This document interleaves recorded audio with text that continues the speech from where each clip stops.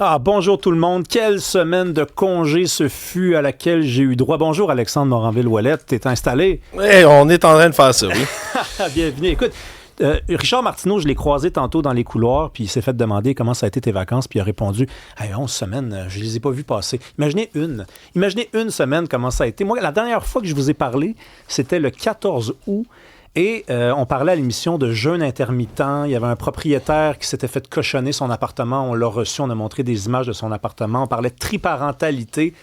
Et là, je sais pas, là, comme quelques jours plus tard, je pense pas qu'on puisse vraiment aborder, en tout cas, pour commencer l'émission, un sujet aussi léger que ça. À un moment donné, j'étais en vacances, Alexandre, puis j'ai vu que PSPP avait annoncé qu'il ne tiendrait pas de référendum avant le départ de Trump. Oui. Et là, les gens m'écrivaient, ils me disaient « Qu'est-ce que tu penses de ça? Qu'est-ce que tu penses de ça? » Puis je disais « Attendez une minute, là, je reviens juste dans quelques jours. Là, vous allez voir, vous allez tout entendre ce que je pense de ça. Je pourrais même pas vous parler de ça aujourd'hui. Je pourrais même pas vous parler de ça. Ça va tellement vite, la vie. Puis en fait, on contrôle pas grand-chose. Hein? On contrôle pas grand-chose dans la vie, à part, je sais pas, ce qu'on met dans notre café, la couleur de nos caleçons. Particulièrement dans le métier qu'on fait, là, oserais-je ajouter. Là. C'est un peu quand on dit qu'on est à la merci puis esclave de l'actualité, c'est un peu ça hein, qu'on veut dire. Ça bouge, ça change, puis tu pars en vacances une semaine, puis le monde n'est plus le même. Non, mais le monde n'est plus le même. Puis je veux dire, en fait, si Donald Trump décide que ça vente, ben ça va vanter. S'il décide qu'il respire, ben on va respirer. Il décide à peu près de tout. La preuve, PSPP avait décidé, en repoussant son référendum à plus tard, en disant, bon, ben, ça va être après le passage de Trump en politique, il avait décidé de faire en sorte que ça ne soit pas la question de l'urne Trump. Hein? Eh bien, ça va être la question de l'urne pareil. C'est même pas... Le PSPP peut décider ou pas que c'est ça ou que c'est pas ça. C'est pas lui qui décide, c'est Donald Trump. On contrôle rien dans la vie. Là, quelques petits trucs quand même, parce que dans les dernières heures, c'est pas un détail. On a le négociateur principal pour les États-Unis, Jameson Greer, qui a fait une sortie à la télévision, c'était à CNBC. Il a dit quoi? Il a dit, ouais, on entend parler du fait qu'on aurait apporté à la table une espèce de condition sortie de nulle part. On demanderait que ça serait absolument impossible qu'on nous oblige de traduire de l'anglais au français certaines inscriptions sur des produits qu'on exporte vers le Canada. Puis là, ben, le Canada aurait dit non, ça passe pas. Ben, selon Jameson Greer, qu'on n'est pas obligé de croire sur parole non plus, là, Alexandre, on va se le dire, parce qu'il y a quand même une gang de menteurs de l'autre bord de la frontière. Je roule des yeux jusqu'au plafond, oui. D'accord, mais je pense que c'est quand même une donnée importante parce que le gars a vraiment parlé spécifiquement des Québécois.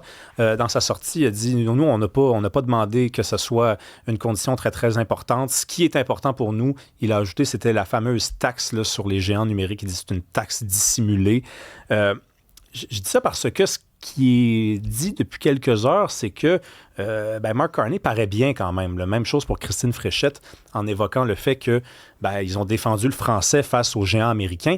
Là, de l'autre côté, je suis obligé de le dire, on a un autre camp, le camp américain, qui dit c'est pas vrai, cette histoire-là. On n'a jamais considéré que c'était une option très, très importante. Autre truc, j'en reviens pas. Je sais que des sondages, ça se commande et ça se fait vite, mais Angus Reid a eu le temps, en quelques heures, de sonder les Canadiens, de leur demander s'ils appuyaient, oui ou non, la décision de Mark Carney de refuser l'accord.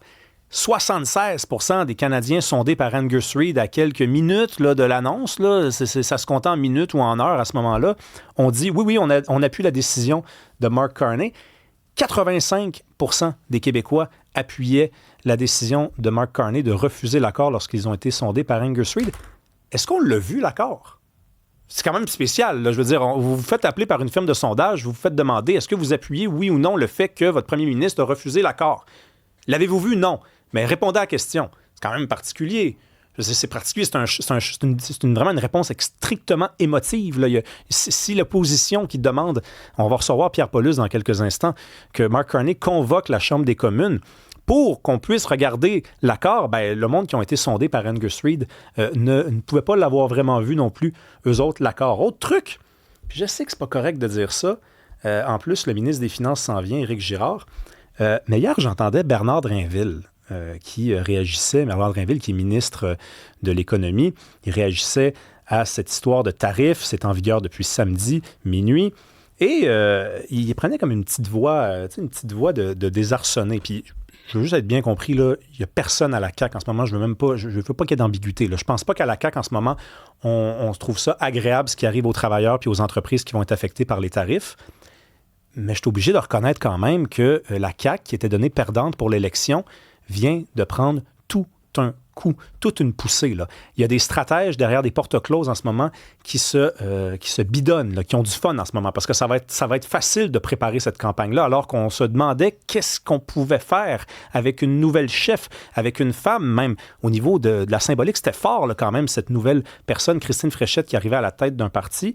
Eh bien là, je ne sais pas, quand j'entendais Bernard Drinville dire « Écoutez, je dois vous laisser, je salue les auditeurs qui nous écoutent de Lévis avec une petite voix comme ça », je le sais que quand on ferme les micros puis qu'on ferme les caméras quand même, on est un peu excité par ce qui arrive. J'ai entendu, Alexandre, la semaine dernière, quelqu'un me dire que Léger sondait en fin de semaine. Oui. Un gros sondage. On va avoir les résultats, je pense, dans quelques jours. Là. 10 000 personnes qui ont été sondés. C'est un gros sondage. D'habitude, on sonde 1000, 2000 personnes.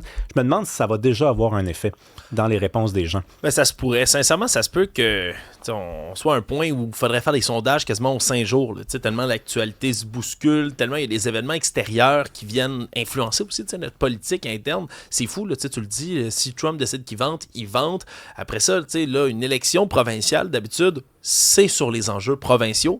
Là, c'est des enjeux internationaux, c'est des enjeux nationaux, parce qu'il y a des affaires qui se passent pan-canadiens aussi, et sur la question provinciale, c'est fou quand même de voir toutes les influences extérieures qui viennent influencer la politique interne québécoise. Puis tu sais, moi je veux voir aussi le coup de sonde par rapport à des partis qui ont comme rien promis encore. Je veux pas toutes les nommer, mais il y a des partis au provincial qui ont rien fait. Ils n'ont pas de plateforme, ils n'ont pas de promesses, ils n'ont pas vraiment donné d'entrevue, puis ils sont quand même extrêmement hauts dans les intentions de vote. J'ai hâte de voir à quel point ça va avoir affecté tout ça. Mais comment tu peux faire pour réagir à ça? Tu sais, par exemple, là, la CAQ, c'est le parti qui est au pouvoir. Leur slogan, on va en parler tantôt avec Jean-François Lisée, c'est « Avançons ». Donc là, on dit on avance, c'est suffisant, c'est dit. Mais les autres partis, qu'est-ce que tu fais? Tu n'es pas au pouvoir, tu peux pas prouver que tu es plus au fait de ce qui se passe, que tu connais du monde qu'eux autres connaissent aussi. T'es déclassé là, d'un coup, là. Ouais, c'est assez exceptionnel de voir comment on peut s'en tirer dans une campagne comme celle-là. Il va falloir redoubler d'ingéniosité, il va falloir promettre des choses audacieuses. J'ose croire au moins qu'il va y avoir des propositions, puis pas juste « Ah ouais, mais la CAQ, c'était vraiment pourri, fait que changer de poste ». Certes, mais encore. Mais ça ne sera pas suffisant. C'est-à-dire qu'il y a des gens qui auraient voté pour un autre parti que la CAQ en se disant qu'ils étaient écœurés. Mais là, je suis pas mal sûr que le sondage va l'avancer, le démontrer de façon assez claire. Moi, je ne serais pas surpris qu'il y ait un 2 ou 3 ou peut-être même 4% qui est shifté comme ça en quelques heures là, en faveur de la CAQ. Parce que les gens vont se dire, écoute, là, je veux dire, Christine Fréchette, on la connaît peu, elle a peut-être des défauts, mais là, elle est aux commandes, puis elle est là, puis elle parle au monde, puis elle connaît le monde qui sont là-bas. Rémi, je te connais un peu. J'ai l'impression que ça doit être vraiment te fatigant de voir qu'il y a des enjeux non québécois qui viennent influencer nos élections provinciales. Je me trompe-tu? Je sais pas si ça me fatigue. Ça me surprend pas, en tout cas. Mais est-ce que ça te gosse? Est-ce que tu te dis que on a tellement d'enjeux à régler au Québec, on s'est entendu qu'on en a, de ces enjeux-là qu'il faut régler. Je vais t'en parler dans quelques instants. La majorité des Québécois en ce moment capotent sur l'état de nos infrastructures. On a de la misère à maintenir certains de nos systèmes à flot. On a de la misère à fournir des services adéquats à la population dans plein de domaines. Puis là, soudainement, il faut parler de tarifs, puis comment on se défend. Puis évidemment, on se comprend que c'est impératif, mais ça te gosse-tu un peu? Ben oui, ça me gosse, mais en même temps, ce sont des enjeux qui deviennent québécois. Quand j'entendais parler, par exemple, du nombre d'emplois en moyenne que les entreprises qui vont être touchées par les tarifs vont devoir supprimer. On parlait de 40 postes en moyenne, là, selon la Fédération canadienne d'entreprises indépendantes. C'est beaucoup, là. 40 postes. Là, vous avez une entreprise, vous exportez du textile. J'ai entendu que c'est 4 morceaux sur 5 là, qui sont produits, qui sortent donc aux États-Unis. Les autres sortent ailleurs ou en tout cas sont vendus ici. C'est beaucoup, là. C'est une industrie qui est vraiment secouée d'un coup comme ça, là. En tout cas, on va avoir une belle saison. Moi, je vous présente l'équipe. Marois Risquier est assise ici, pas encore. Elle arrive le 6. Là. Elle arrive le 6 octobre. Mais je m'ennuie déjà d'elle. Hugo, à la recherche. Hugo le mime. J'y ai dit, vas-tu parler un petit peu durant la saison? Vas-tu dire des affaires? Il m'a dit, moi, je dis rien.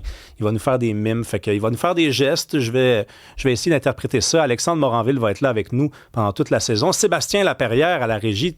T'es là, mon gars. Toi, tu peux parler? Ben oui, je suis capable. On peut t'en poser des questions, toi? Vas-y, pose-en. Ça va dépendre des réponses. Est-ce que tu vas aimer, est-ce que tu n'aimeras pas? Je sais pas. Non, j'aime tout, moi. Maxime Trouleau également en arrière. Maxime, il va être là aussi. Ça, c'est le français.